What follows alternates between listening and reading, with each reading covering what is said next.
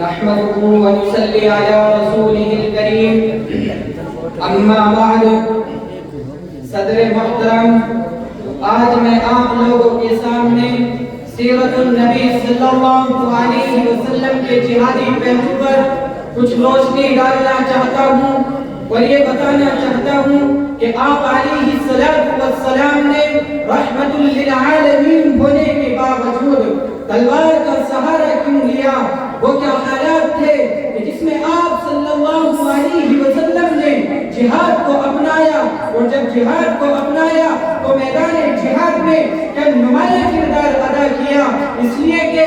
آپ صلی اللہ علیہ وسلم کی وہ سیرت نامکمل کہ جس میں آپ صلی اللہ علیہ وسلم کے جہادی پہلو کو نہ بیان کیا جائے، آپ صلی اللہ علیہ وسلم کی وہ سیرت نامکمل کہ جس میں آپ صلی اللہ علیہ وسلم کے غزوات کو نہ بیان کیا جائے، آپ صلی اللہ علیہ وسلم کی وہ سیرت نامکمل کہ جس میں آپ صلی اللہ علیہ وسلم کی جنگ قیادت و سپہ سالاری کو نہ بیان کیا جائے۔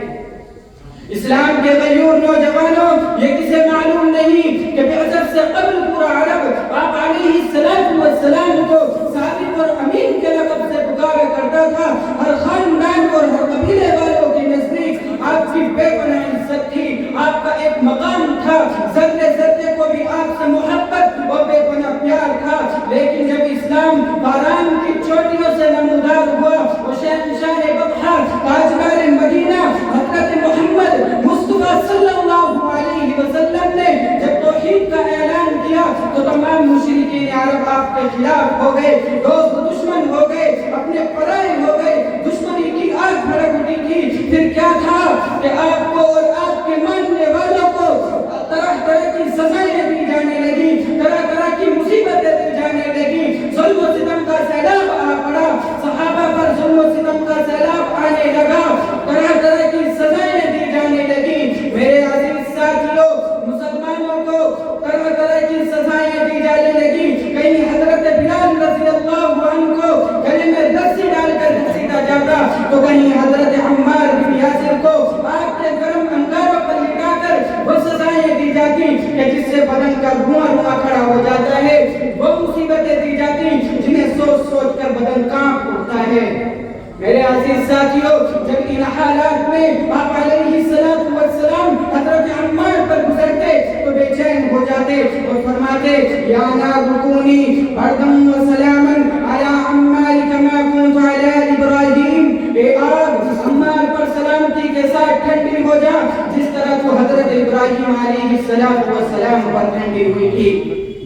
صدر محترم، اس میں کوئی شبہ نہیں کہ اسلام امن و امان کا پیغام لے کر آیا ہے۔ اسلام اپنے ماننے والوں کو صلح و عاشقی کا سبق پڑھاتا ہے۔ اسلام اپنے متبعین کو محبت، الفت، اخوت، بھائی چارگی کا درس دیتا ہے۔ اسلام اپنے پیروکار کو اخلاق عالیہ، وفود و کرم کی تعلیم دیتا ہے۔ اس لیے کہ صدر محترم، اسلام نام ہے امن و امان کا، اسلام نام ہے اخوت و محبت کا، اسلام نام ہے عدل و انصاف کا، اسلام نام ہے اخلاق و کردار کا۔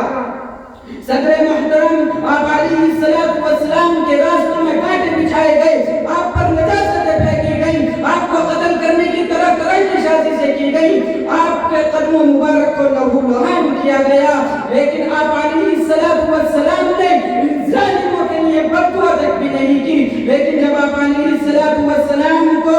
تنگ کر دیا گیا، گھر بار چھوڑنے کے باوجود مشرکین مکہ کی مخالفت میں کوئی کمی نہیں آئی، تو آپ علیہ السلام نے اپنے مجاہدانہ کردار کے ذریعے دنیا کو یہ ثابت کر دکھایا کہ ہماری خاموشی کو بزدلی سے تعبیر نہ کیا جائے، ہماری رحم اور نرم دلی کو ضعیف اور کمزور نہ سمجھا جائے، ہمارے اخلاق و کردار کو بے شعوری تصور نہ کیا جائے۔ اس لیے کہ ہم مظلوم ہی صحیح لیکن مجبور نہیں ہیں،